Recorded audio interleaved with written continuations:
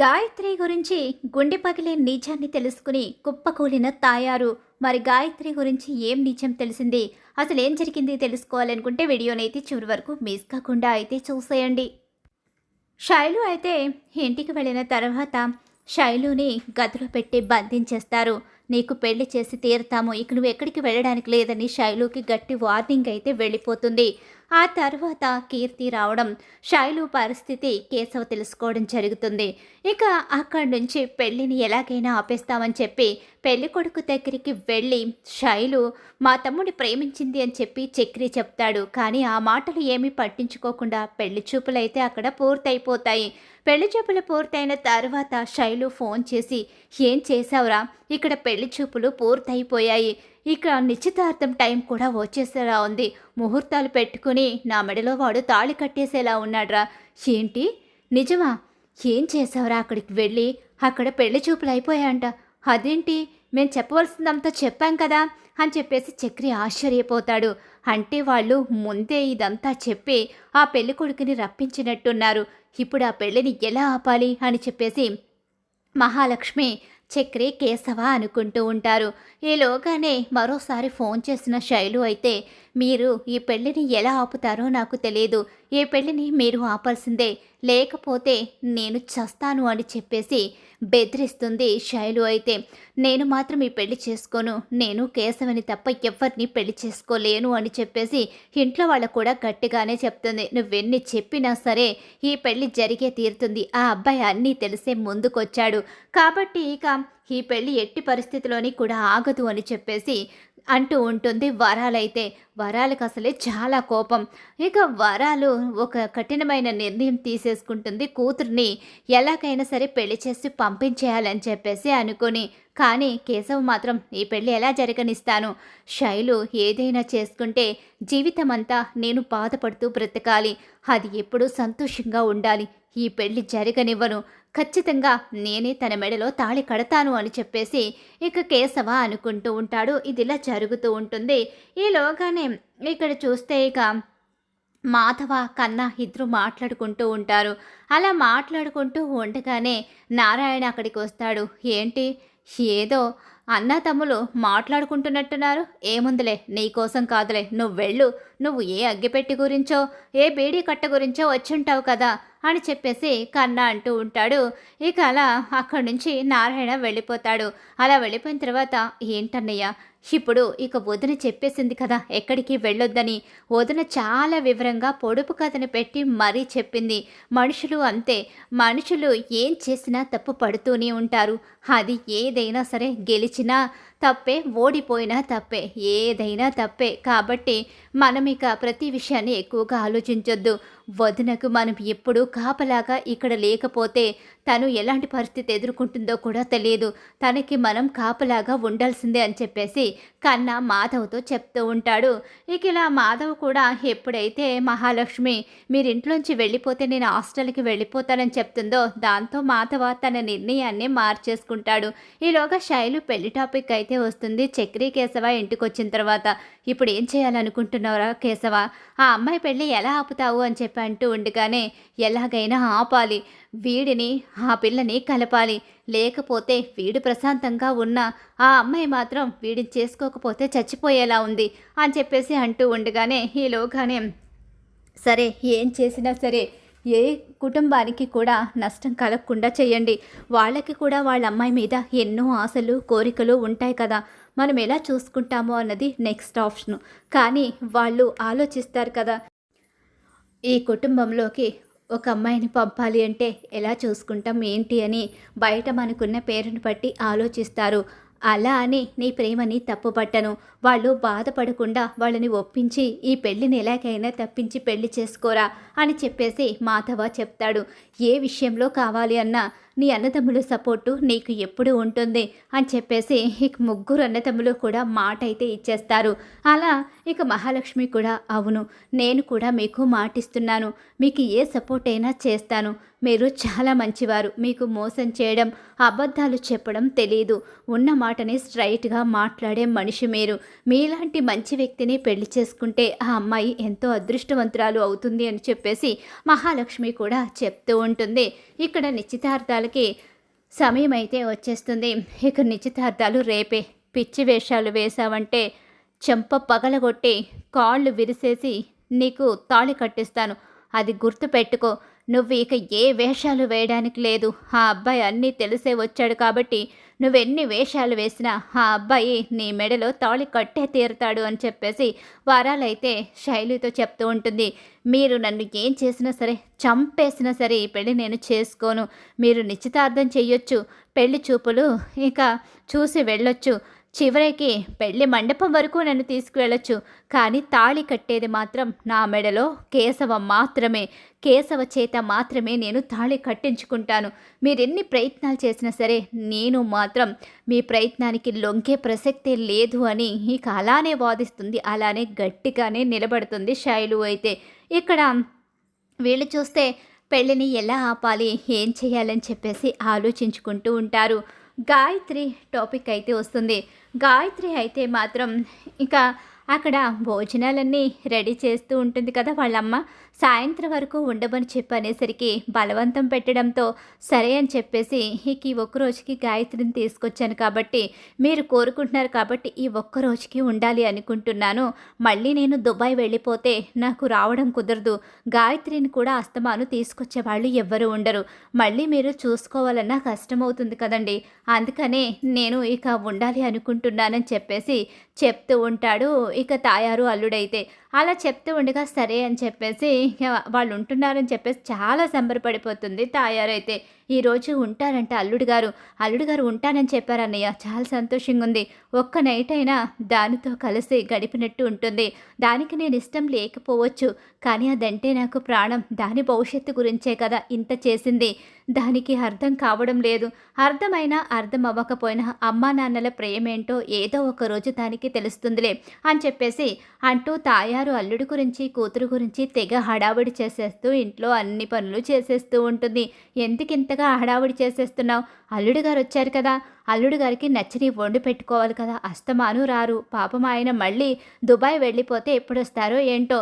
నువ్వు కూడా ఇంట్లో ఉన్నన్ని రోజులు ఆయనకి నచ్చినవే వండి పెట్టు. వెళ్ళేటప్పుడు కూడా ఆయనకి కావలసినవన్నీ ఇవ్వు. పట్టుకుని వెళతారు. లేకపోతే అక్కడ మళ్ళీ తిండి సరిగ్గా లేకపోతే ఇబ్బంది పడతారు. అందుకనే నేను కూడా ఇక్కడ నుంచి కొన్ని పంపిస్తాను, నువ్వు కూడా మిగతావన్నీ చేసి ఇవ్వు అని చెప్పి అంటూ ఉండగా సరేలే ఇప్పుడు అదంతా ఎందుకు, ఆయన వెళ్ళేటప్పుడు నేను చూసుకుంటానులే అని చెప్పేసి ఇక గాయత్రి అయితే అంటూ ఉంటుంది. ఇలా గాయత్రి అంటూ ఉండగానే ఇక అట్టుగా మాధవ్ అయితే వెళుతూ ఉంటాడు. అలా వెళుతూ ఉండగా మాధవ్ దగ్గరికి అయితే వస్తుంది గాయత్రి. అలా వచ్చేసరికి తాయారు వంట చేస్తూ ఉంటుంది. ఇక తన భర్త అయితే లోపల ఫోన్ మాట్లాడుకుంటూ ఉంటాడు. ఈలోగా వచ్చేసరికి మాధవ ఏంటే ఇలా వచ్చావు? నీ భర్త చూస్తే బాగోదు. పదే పదే నన్ను మాట్లాడడానికి నాకు ఫోన్ చేయడానికి కూడా ట్రై చేయకు. ఎందుకు? మళ్ళీ అక్కడ ఏదైనా ఇబ్బంది కలుగుతుంది అని చెప్పేసి మాధవ వెళ్ళిపోబోతూ ఉంటాడు. బావా, నా మీద నువ్వు ప్రేమని చంపేసుకున్నావని తెలుసు. నీ మీద ప్రేమని చంపేసుకున్న అభిమానాన్ని చంపుకోలేకపోతున్నాను. మన మధ్య ప్రేమ, అభిమానం వీటన్నిటికన్నా ముఖ్యమైనది బంధం కూడా ఉంది. మనిద్దరం బావా మరదళ్ళం. అలా అయినా మనకి మాట్లాడుకునే అవకాశం ఉంది. ఆ విషయాన్ని నువ్వు మర్చిపోయినట్టున్నావు. ఎంత బావ మరదలమైనా పెళ్ళికి ముందు వరకే మాట్లాడుకోగలమే. పెళ్ళి అయిన తర్వాత భర్త అనుమతి లేకుండా మాట్లాడడం కష్టం. అందుకని నువ్వు ఈ విషయంలో ఇక నీ భర్తని బాధ పెట్టొద్దు, నన్ను దోషిగా నిలబెట్టొద్దు అని చెప్పేసి అంటూ ఉంటాడు. ఇక మాధవ్ అయితే సరే బావా నేను వెళుతున్నాను అని చెప్పేసి అక్కడి నుంచి వెళ్ళిపోతుంది గాయత్రి అయితే. అలా వెళ్ళిపోయిన తర్వాత మాధవ బాధపడతాడు గాయత్రిని చూసుకుని. ఎందుకే పదే పదే వచ్చి నన్ను బాధ పెడతావు? ఇక నేను నా మనసులోంచి ఎప్పుడో తీసేశాను.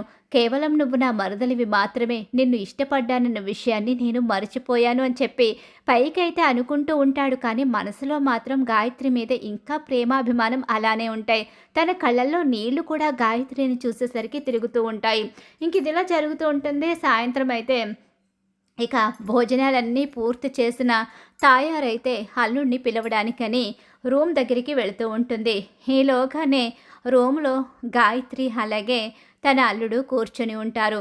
అలా కూర్చొని ఉండగా అవును అల్లుడు గారిని పిలవాలి భోజనానికి, అన్నీ అయిపోయాయి, అన్నీ సిద్ధం చేస్తాను. అన్నయ్య ఇంకేమైనా కావాలా చూడు, ఇంకేముంటాయమ్మా, ఇన్ని రకాలు వండావు కదా, అల్లుడు ఇవి తినేసరికే కడుపు పట్టుకుంటాడు, అసలే అల్లుడు అన్నీ తినే మనిషి కాదు కదా, గాయత్రి అల్లుడు సంతోషంగా తింటారులే, నువ్వేమీ టెన్షన్ పడకు అని చెప్పేసి తన అన్నయ్య చెప్తూ ఉంటాడు. ఈలోగానే ఆ గది దగ్గరికి వెళుతుంది తాయారు. ఇలా వెళ్లే లోపలనే అక్కడ ఒక పెద్ద శబ్దం వినిపిస్తుంది.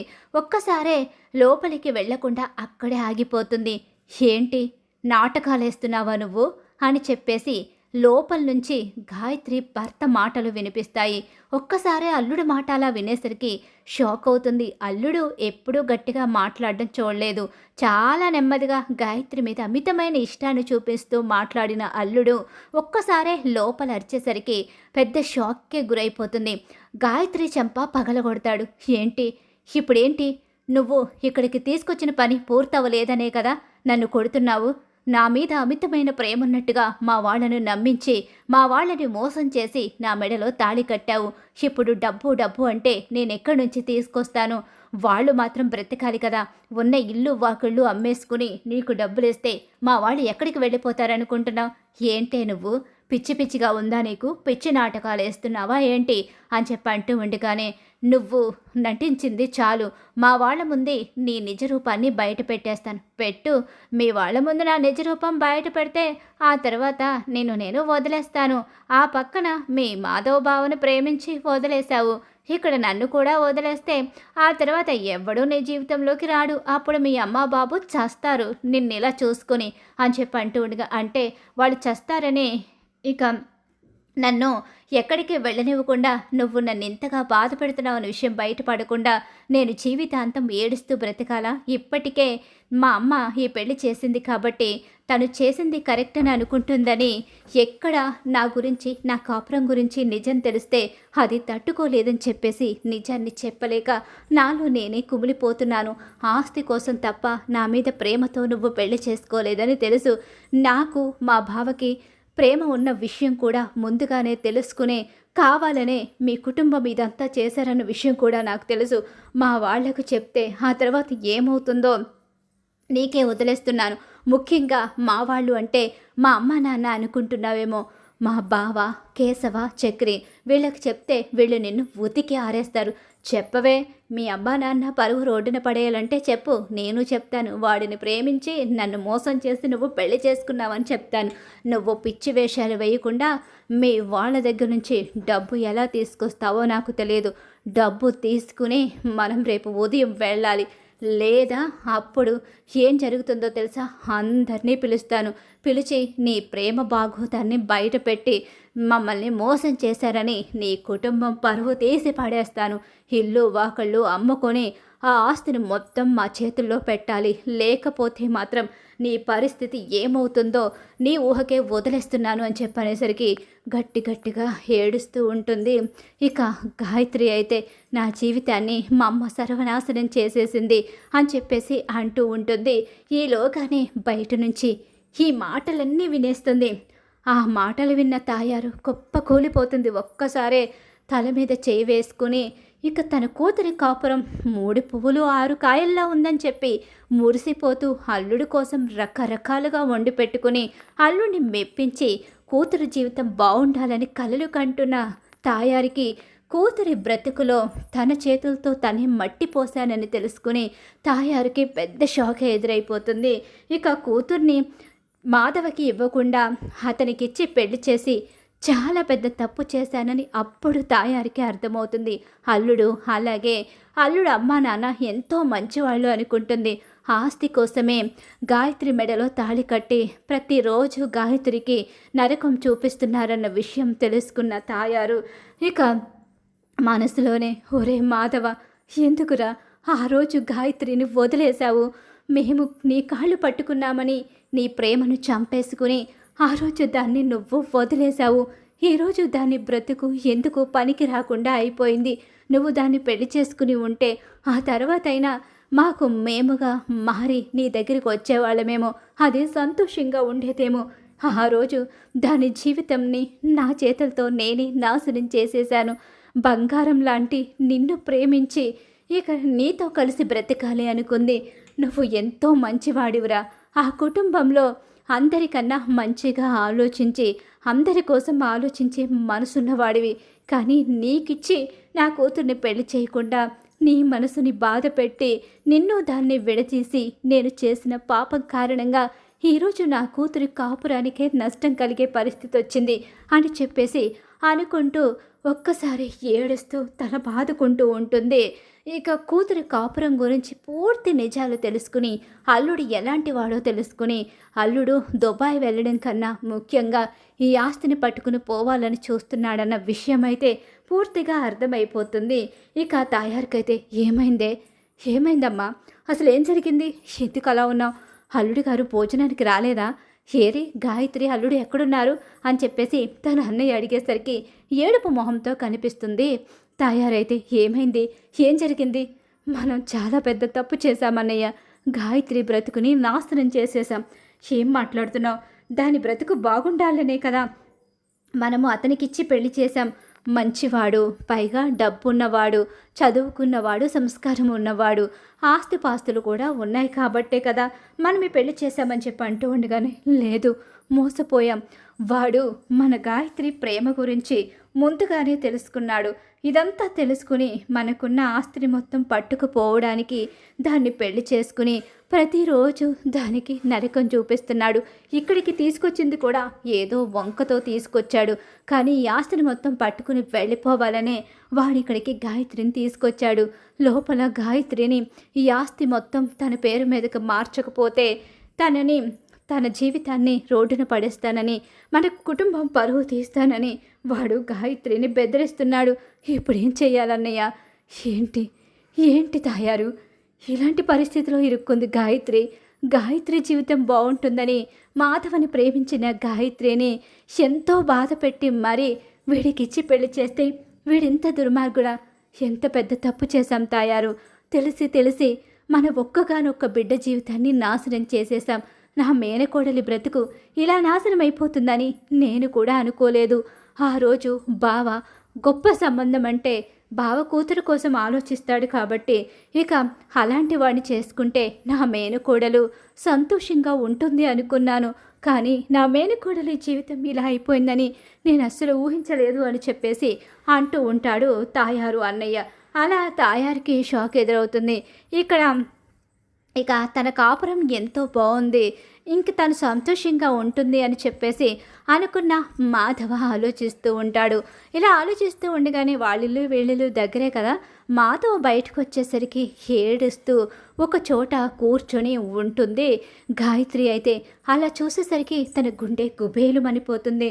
అంటే గాయత్రి సంతోషంగా లేదా, పైకి సంతోషంగా ఉన్నట్టు నటిస్తుందా, అంటే వాడు గాయత్రిని బాగా చూసుకోవడం లేదా, ఒంటరిగా కూర్చొని ఏడుస్తుంది అంటే ఖచ్చితంగా నాకు దూరమైన బాధ అయితే కాదు, భర్త బాగా చూసుకుంటే నా మీద ప్రేమని ఎప్పుడో మర్చిపోయేది కదా, అంటే వాడు ఖచ్చితంగా దాన్ని బాధ పెడుతున్నాడా అని చెప్పేసి అనుకుంటూ మాధవ ఇక అలా గాయత్రి వైపు చూస్తూ ఉండిపోతాడు. గాయత్రి ఎంతగానో బాధపడుతూ ఉండగానే ఈలోగానే ఇక తన భర్త వచ్చి తనని లోపలికి బలవంతంగా చేపట్టుకుని లాక్కుని వెళ్ళిపోతాడు. అప్పుడు అర్థమవుతుంది ఇక మాధవకైతే గాయత్రి జీవితంలో సంతోషంగా లేదని, అనవసరంగా తన చెయ్యి వదిలేసి చాలా పెద్ద తప్పు చేశాను అని చెప్పేసి అనుకుంటూ ఇక షాక్ అయిపోతాడు మాధవ. గాయత్రి జీవితం గురించి తలుచుకుంటూ బాధపడుతూ ఉంటాడు. ఆ రోజు వాళ్ళొచ్చి నా కాళ్ళ మీద పడ్డారని, గాయత్రి అయినా సంతోషంగా ఉంటుందని దాన్ని నేను బలవంతంగా తన తల్లిదండ్రులతో పంపించి చాలా పెద్ద తప్పు చేశాను. ఈరోజు దాని జీవితంలో బాధపడుతుంది అంటే అందరికన్నా ఎక్కువ కారణం నేనే అవుతాను. దాన్ని పెళ్లి చేసుకుని ఉంటే అది సంతోషంగా ఈ ఇంట్లో ఎప్పుడు ఈ ఇంటికి అందరికీ అమ్మలా మారి సంతోషంగా ఉండేది. నా జీవితం కూడా బాగుండేది. ఇప్పుడు దాని జీవితం, నా జీవితం, ఇద్దరి జీవితాలు నాశనమైపోయాయని చెప్పేసి అనుకుంటూ మాధవ బాధపడతాడు. గాయత్రి గురించి తెలుసుకుని ఇక కూతురి కాపురం గురించి తెలుసుకున్న తాయారు గురించి ఇక చెప్పనే అవసరం లేదు. తను చేసిన తప్పులకి కుమిలిపోతూ ఇక కూతురి కాపురాన్ని ఎలా చక్కదిద్దాలో తెలియక ఆస్తులన్నీ అల్లుడి పేరు మీద రాసేస్తే రోడ్డున పడే పరిస్థితి వస్తుంది అని చెప్పేసి ఏం చేయాలో అర్థం కాని అయోమయం పరిస్థితిలో ఉండిపోతుంది ఇక తాయారైతే. అలా ఊహించని షాక్ ఎదురవబోతుంది తాయారుకి గాయత్రి విషయంలో. మరి ఖచ్చితంగా రాబోయే కథలు ఇలా అయితే జరగబోతుంది. ఇలానే జరగాలని మీరు కోరుకుంటున్నారా? అయితే మా వీడియోని తప్పకుండా లైక్ అయితే చేసేయండి. అలాగే మా వీడియో నచ్చితే పక్కనే ఉన్న హై బటన్ మీద క్లిక్ చేయండి.